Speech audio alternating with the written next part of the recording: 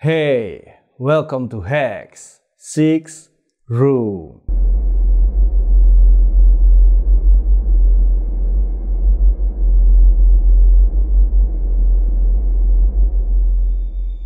Ya, mungkin kalian semua udah tahu lah ya, kalau dunia ini sekarang lagi panas-panasnya dengan ancaman Perang Dunia Ketiga yang dimulai dari konflik Iran dan Israel yang kemudian merembet ke negara-negara besar lainnya. Tapi, kalian tahu nggak, sebelum kekacauan geopolitik ini, itu sebenarnya ada kejadian yang sangat misterius yang sempat mencuat secara internasional tapi tiba-tiba hilang gitu aja. Sebuah bola logam misterius ditemukan di hutan dekat kota kecil Buga, Kolombia. Benda itu tertangkap kamera melayang zigzag di langit sebelum akhirnya mendarat. Dia dice que la esfera da vueltas como un trompo y ella llega hasta donde María y se trata de caer al suelo como quien dice ya voy a caer porque no puedo levitar más. Permukaannya dipenuhi simbol-simbol kuno yang misterius dan sampai sekarang penelitian terhadap benda tersebut masih terus berlanjut. Awalnya waktu aku nemuin berita ini, aku kira tuh hoax. Sampai akhirnya aku cari tahu lah nih informasi lebih banyak lagi, dan ternyata wah, aku jadi semakin banyak pertanyaan. Sebenarnya ini tuh benda apa? Dari mana? Apa mungkin ini tuh berhubungan sama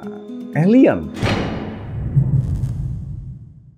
Tanggal 2 Maret 2025, dua warga lokal bernama Maria dan Jose melihat objek bola logam melayang tak lazim di langit Buga. Bola itu melayang zigzag di langit lalu kemudian turun mendarat tanpa suara. David Velez alias El Potro menemukan bola itu bersama Jose. Bola tersebut memiliki diameter sekitar 30-50 cm.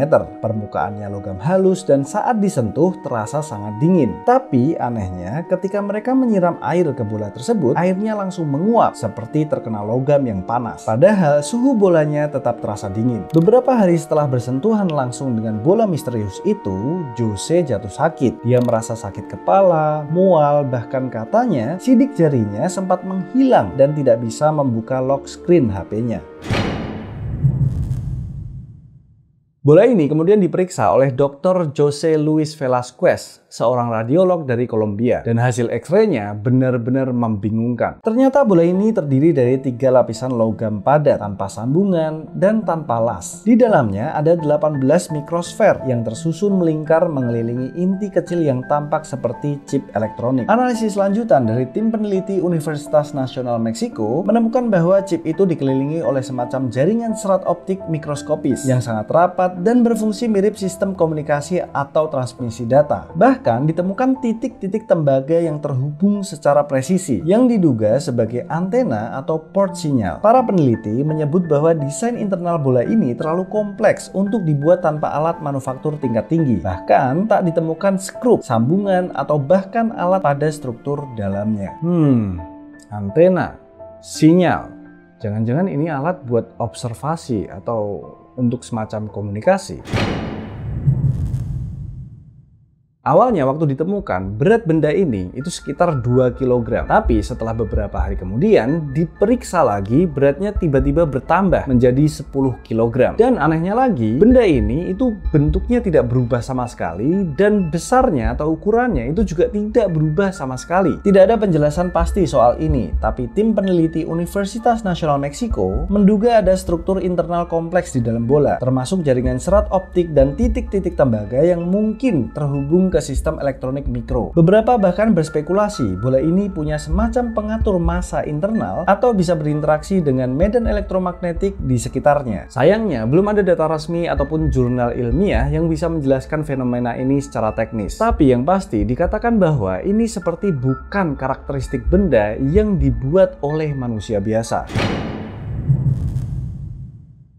Nah, ini adalah bagian yang paling bikin aku bertanya-tanya. Di permukaan bola ditemukan ukiran simbol aneh, perpaduan rune Nordik, Ogham, dan aksara Mesopotamia. Peneliti memakai AI untuk menerjemahkannya, dan hasilnya sebuah pesan yang berbunyi, asal-usul kelahiran melalui penyatuan dan energi dalam siklus transformasi, titik temu persatuan, perluasan, dan kesadaran individu. Pertanyaannya, kenapa ada tulisan itu di benda tersebut? Lalu, kenapa Beberapa bahasa yang digunakan itu perpaduan antara beberapa bahasa kuno. Benda apa ini sebenarnya? Dari masa lalu kah? Dari luar angkasa kah? Bola ini juga diduga bisa menghasilkan medan elektromagnetik sendiri dan melayang beberapa sentimeter di atas tanah. Bahkan Rodolfo Garrido dari Universitas di Meksiko menyebut ini sebuah fenomena yang belum bisa dijelaskan oleh fisika modern.